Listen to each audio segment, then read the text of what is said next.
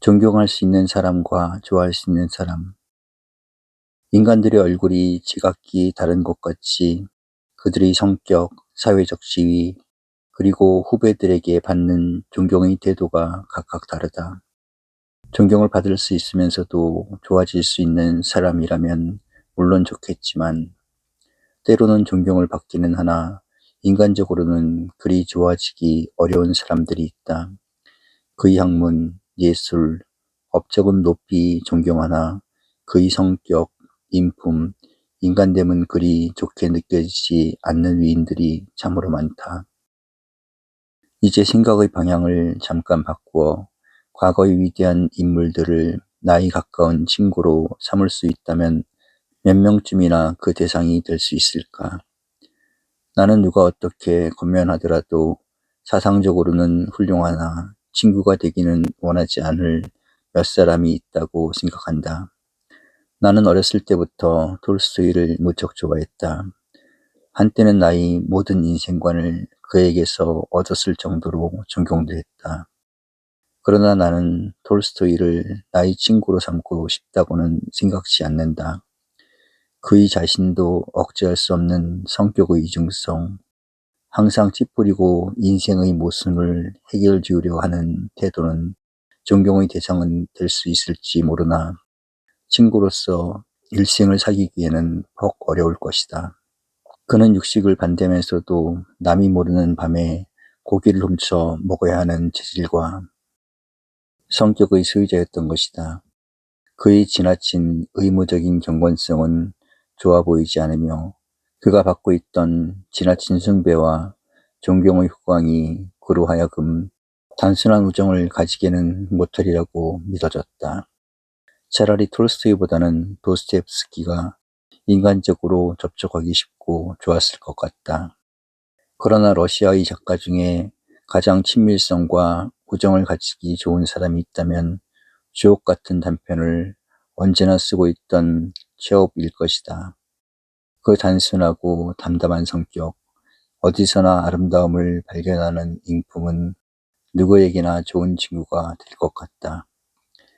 그러나 누가 무엇이라 말하든지 친구가 되기 어려운 대표적인 사람이 있다면 프랑스의 계몽과 볼테르와 루소, 유명한 사회과학의 아버지인 콩트, 웨니크필드의 목사를 쓴 골드슈미스, 미국의 천재적인 작가 에드가 알렌 포, 염세주의 철학자 쇼펜하우어, 유명한 의지의 철학자 니체, 영국의 근세 철학의 태도 프랜시스 베이컨, 음악의 대왕 베토벤, 가극의 독재자 바그너 같은 분들이다. 이들의 사상, 예술, 인류에 남겨진 업적은 참으로 위대하다. 그러나 그들을 일생의 친구로 섬기고 산다는 것은 지나치게 어렵고 고통스러운 것 같다.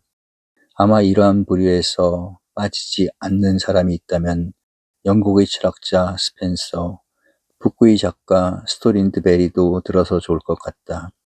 특히 니체 같은 사람은 그로부터 지나치게 존경을 받아도 곤란하며 미움을 받아도 걱정일 것이다. 바그너가 젊은 니체의 존경을 가벼이 받았다가 일생을 고생한 사람이다. 그는 누구를 가까이 하게 되면 너무 존경하거나 지나치게 미워하거나 둘 중에 하나를 택하고야 만다. 그러나 니체의 존경이란 결코 몇 대를 계속하지 못한다. 오히려 니체 같은 사람은 멀리 두고 보기만 하는 편이 좋을 것이다. 그와 거의 같은 성격을 가진 사람이 프랑스의 사회학자 에이 콩트이다. 그는 평생을 불우하게 살았지만 그 모든 결과는 타고난 성격을 조종 지배하지 못한 때문이다. 메소브에 가까운 여성을 사랑하다 실패하고 자살을 결행해 보는가 하면 누구나 있을 수 있는 평범한 여성을 항상 천사라 불러야 마음의 안정을 얻기도 했다. 나는 베토벤 음악을 가장 좋아한다. 그러나 그와 항상 한 집에 살아야 한다면 그것은 원망스러운 인생일 것이다.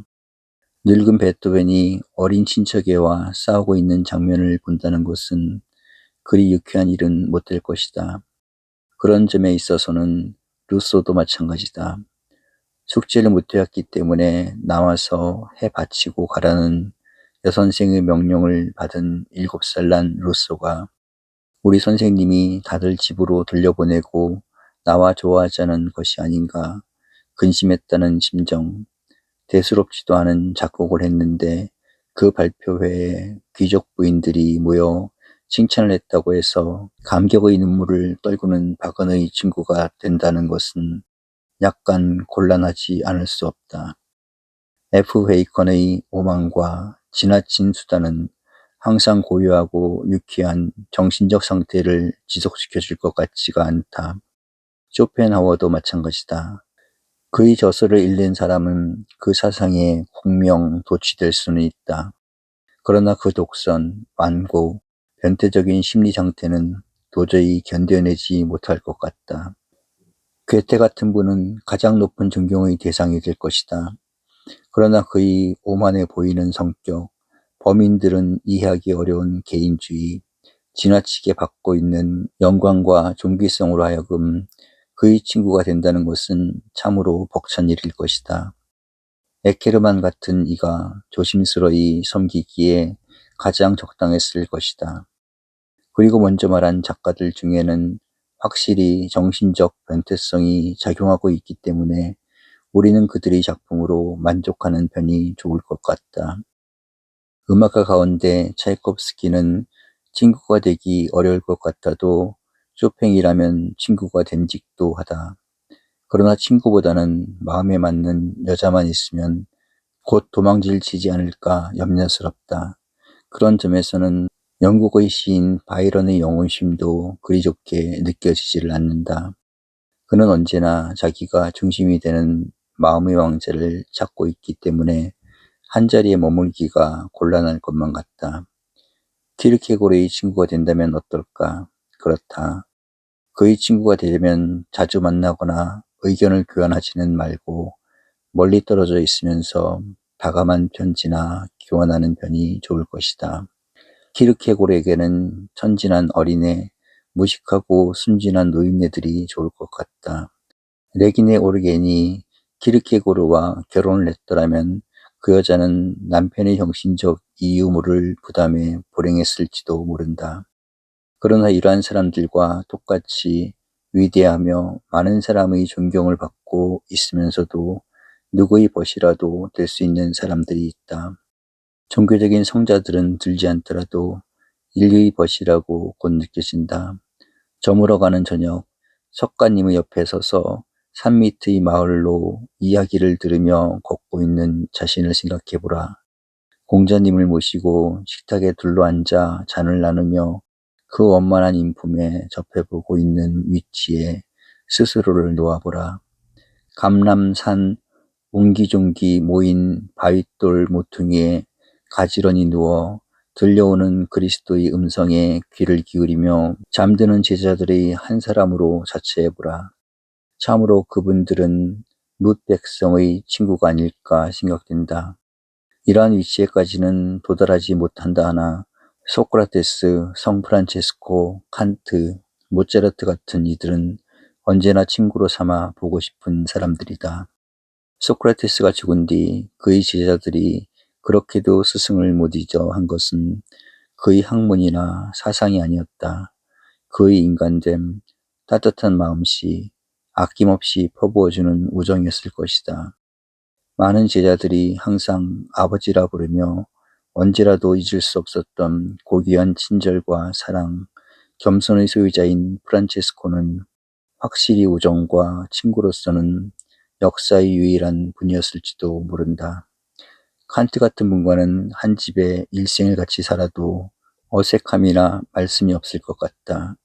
사색과 원고에 피곤했던 칸트와 저녁을 끝낸 뒤 3, 40분의 담화를 매일같이 교환할 수 있다면 얼마나 좋겠는가.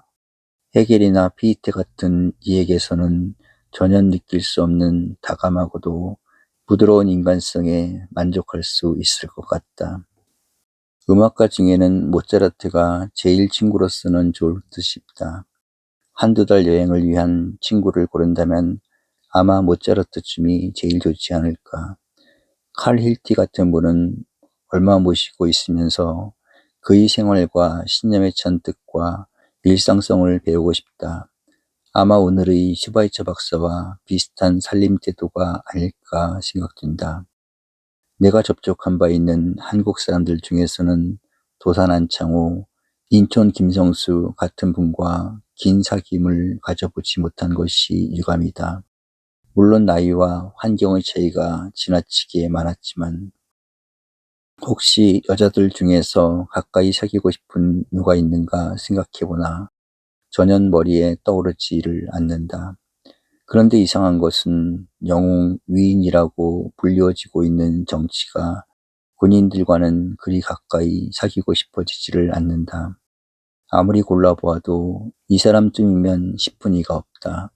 더욱이 제왕, 독재자, 정당의 지도자 같은 이들은 이미 소박한 인간성, 다정한 인품을 잃어버린 것 같이도 느껴진다. 그러나 그보다도 더 사귀기 어려운 사람들이 있다. 교만한 종교가, 위선적인 교육자, 독선적인 학자, 정치하는 예술가들이다. 그들은 누구보다도 실직 나는 마음의 한자리를 같이 할 수 없는 사람들이다. 또 가까이 하기 어려운 사람들이 있다. 어디에서나 만나며 항상 접촉하는 이들 중에서 다음과 같은 사람들이다. 자기는 아무 말도 감정 표시도 안 하면서 상대방의 눈치만 보는 성격의 사람들이다. 그들에게 악의가 있는 것도 아니며 나를 해하려는 뜻이 있는 것도 아니다. 그런데도 그러한 태도를 가지는 사람과의 접촉은 그리 달가워지지를 않는다. 그와 반면에 상대방은 어떻든지 자기의 얘기만 떠들어대는 사람과도 친구가 된다는 일은 퍽 어렵다. 그들은 누구를 만나든지 떠들어대고 그러는 동안에 한 사람씩 친구를 잃어가게 마련이다. 자기 얘기를 너무 안 해도 나쁘지만 지나친 것보다는 안 하는 편이 좋다. 자기 신념이 너무 강한 여자를 사귀거나 친구로 삼는 일도 어려울 것 같다.